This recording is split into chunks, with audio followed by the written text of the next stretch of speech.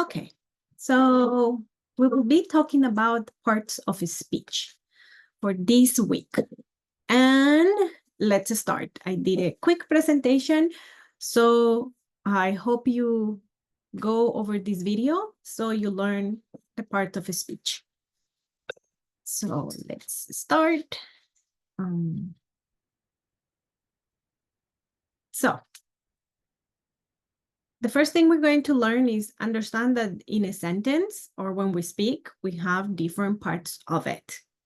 So in this lesson, we'll learn what nouns are, what is a pronoun, verbs, adjectives, adverbs, prepositions, interjections, and conjunctions.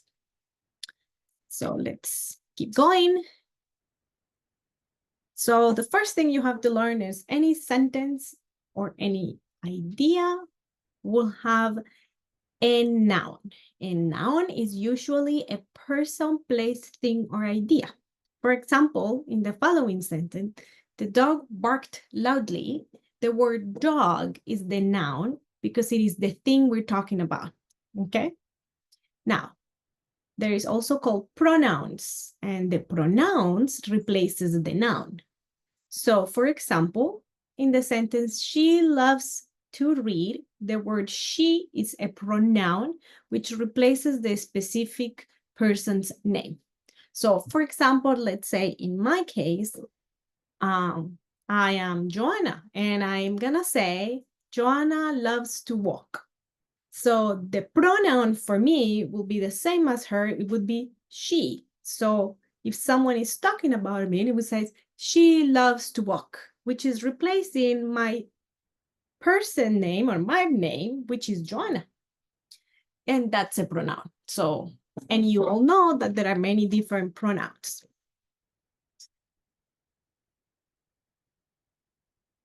Now, next, it comes verbs and adjectives. So verbs are usually things that show action. Like right now, I am moving my hand. That's an action. Or I'm talking. That's an action.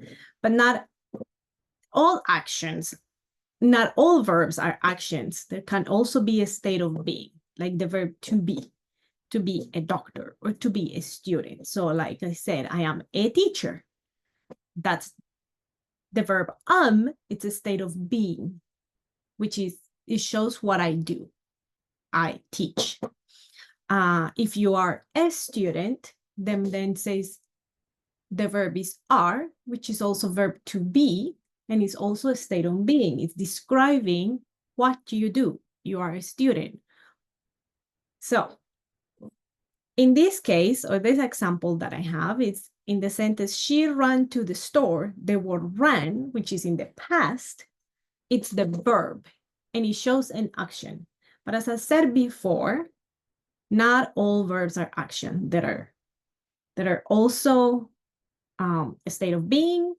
There is also feelings, like to love someone, or to love, yes. Or also verbs of like to see or observed. They're not really action. You don't really see them, but they're there, okay? Now let's talk about adjectives. Adjectives are, I think, my favorite thing, or words. They describe the qualities of something or someone or person, or that's an adjective. So, and it modifies what you're talking about. For example, in the sentence, the blue sky is beautiful. Blue, it's an adjective. And it describes the noun, which in this case is the sky. It's the same thing, almost if I say the sky is blue.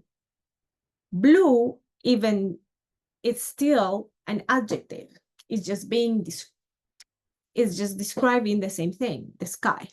So you can either say the sky is blue or the blue sky is beautiful. It's just different. The word beautiful, it's actually also an adjective.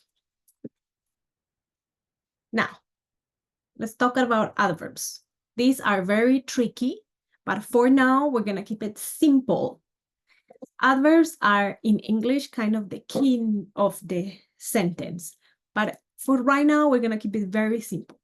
So adverb modifies a verb, an adjective, or another adverb. So they can be very tricky. In a sentence like the bird, sang beautifully, the word beautifully, it's an adverb. It's describing how the verb sang.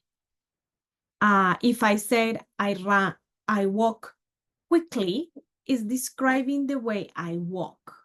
It was quickly. If I say I eat slowly, it's describing the way I eat. But as I said before, they can get complicated. So yes, adverbs can describe a verb, can describe an adjective, and can also describe another verb. And we'll go into that later. Okay, now prepositions. These are one of the hardest things to learn in English, but don't worry, take your time. Many of them you just have to memorize. So preposition shows relationship between a noun and another word. For example, the bug is under the table. The word under, it's a preposition showing where the bug is in relationship to the table. So prepositions are like to, for, under, below, next to, in front of. Those are prepositions. Some are prepositions of time, some are prepositions of place, but they're all called prepositions. And we'll go into that later. For now, we're keeping it simple, as I said. So next one. Okay, next one. They're called interjections. An interjection is a word that expresses an emotion. So for example, where you go like, wow, how nice. Or when you go, ouch, it hurts, I have an owie. So those are called interjections, things that can, that pretty much express an emotion on their setting. They can show surprise, they can show pain, they can show scared, something like that. They're pretty short and they usually they're followed by an exclamation mark when somebody's yelling. So because of whatever emotion, you usually write it with a exclamation mark. And then that's what's called an interjection.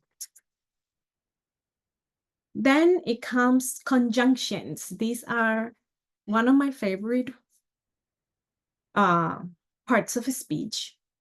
A conjunction is what makes words and phrases or clauses put together, that you can connect them. And it makes the simple sentence even make it longer. So these little words called conjunction makes you join. It can join words. It can join words like it can join two verbs. It can join two nouns. It can join two independent clauses. So they're very, very, very useful in English. So in this case, I wanted ice cream, but I had a cake instead. The word but, it's what is connecting the two clauses in this case. And the first clause is I want ice cream. The second clause was I had cake instead. So it's connected by this word but. And usually you can remember this as something called fanboys. And on this side, you can see what are these. For, I'm gonna go quickly. For, it means kind of because.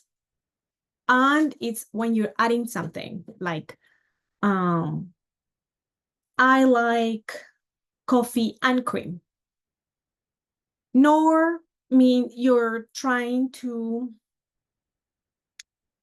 it's a negation of also like giving a choice when you don't like something.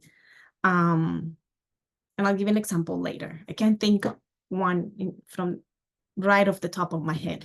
But we use it. Usually but shows two things that contradict each other. So that one thing contradicts the other. Like I went to work, but I was still sick. So usually but is used when you're contradicting your first sentence. It shows a contrast. Or it's something when you're giving a choice, like, would you like coffee or tea? Or do you like coffee or tea? Something for you to choose, or something that you prefer more. Yet, found, it's the same meaning pretty much as but.